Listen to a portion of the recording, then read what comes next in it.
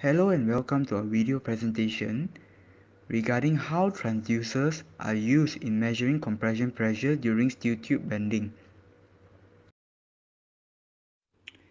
Steel tube bending is a process used to bend metal tubes to desired shape or specific dimension and angles required by the industry as well as end users. During the process of steel tube bending, heat-supported elements such as ovens are used to heat up the steel tube to a temperature that it is malleable, thus allowing the steel tube to be easily shaped.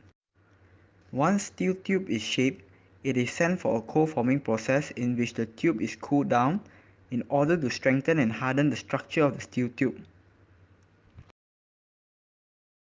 Procedures for steel tube bending. First, the steel tube bending machine has multiple rollers whereby a steel tube will pass through.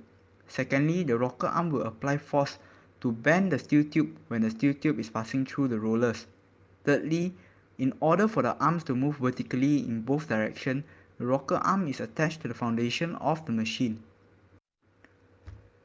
Fourth, to measure the amount of force applied by the rocker arm to bend the steel tube, a load cell is attached to the rocker arm. Fifth, reading for the different force measurements is obtained by having a data logger to be used in conjunction with the load cell.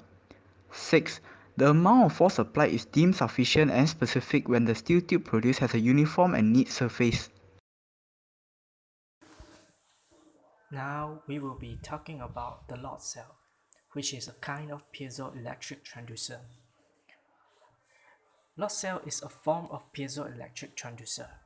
The reason a load cell is selected for this application is because measuring this bending stress is done by determining the amount of force exerted on the metal tube, which will result in a repeatable and consistent uniform surface. Furthermore, load cells can provide a responsive and accurate method of measuring small load increments, an important process in determining the necessary amount of force required in order to maintain a repeatable result. Next, we'll be talking about the working principle of a piezoelectric crystal transducer. A piezoelectric crystal transducer is an active sensor and it does not need the help of an external power as it is self-generating. The main principle of a piezoelectric transducer is that a force, when applied on the quartz crystal, produces electric charges on the crystal surface. The charge thus produced can be called as piezoelectricity. Now we will be talking about the characteristic of LC703. It is a load cell that will be used to measure the compression pressure during steel tube bending. These are the area that we'll be looking into in this slide: accuracy, ruggedness, linearity, repeatability, output, stability and reliability, sensitivity and dynamic range, and last but not least, the size. First, the accuracy. Accuracy is the closeness whereby the reading obtained from the device approaches an acceptable standard value or ideal value or true value of the variable being measured. For our device, the accuracy is -1 to +1% of full scale. Hi, I'm Wong. So next is ruggedness. Ruggedness is the property of being big and strong. So our transducer must be manufactured such that to withstand overloads as well as maintaining high operability and reliability. So for the force below 50 kg, we can use the materials such as aluminum. However, for the force for above 50 kg, can use 17 to 4 pH stainless steel. Next is linearity. The linearity means like the output of the transducer should be linearly proportional to the input quantity under measurement. So for our transducer LC703 load cells, is able to obtain highly accurate reading, but is subject to certain deviation. So our load cell, if measured in 5 to 50 kilogram, we can obtain around plus minus 0.15 percentage. However, for the 75 to 500 kilogram, we can obtain around plus minus 0.10 percentage.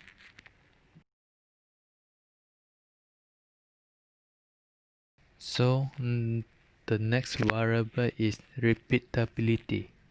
So the repeatability is mean like the output must have similar value when the same quantity of input is applied repeatedly. So in the load cell, we must also include the zero balance, which means the output of the transducer still can obtain even though no load is applied. So the range of repeatability is around plus minus 0.05 percentage. And the next characteristic is output. So as we know, the output of the transducer should be high in order for the measurement can be obtained more precisely. So our transducer must have the ability to generate reasonably high output signal, so that is able to process and measure with ease with advance in digital technology and manufacturing. So the output with our output is need to much larger than noise, and the output of the range is about 2 milliwatt per watt nominal.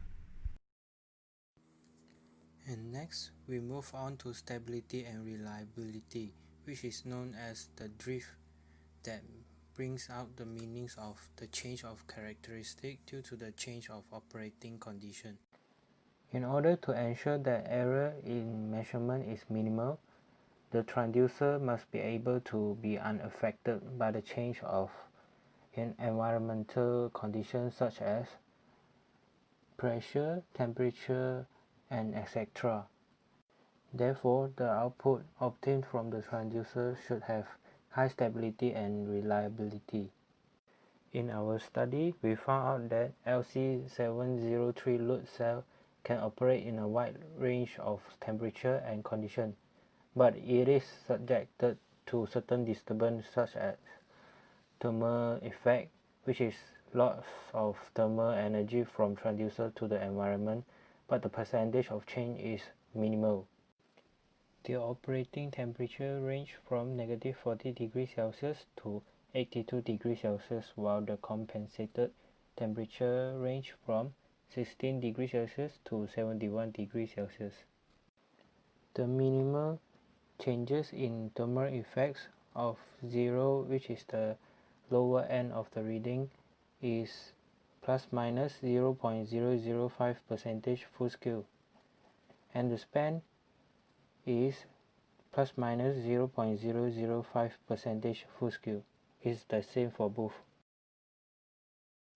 When choosing the transducer, it should have a wide operating range, allowing it to have a wide range of measurement conditions. The dynamic range for LC703 load cells varies according to the variant. For standard models, it starts from 10 pounds to 1000 pounds, and for matrix models, which the series name is LCM703-XXX, is from 5 kg to 500 kg. The design is as compact as possible to reduce the space obtained by the transducer in the device. This is done by having the smallest possible size and shape with minimal weight and volume. The design dimension for LC703 load cells with the following dimension, which is 38 mm to 44 mm times 14 mm to 24 mm and times 19 mm to 25 mm.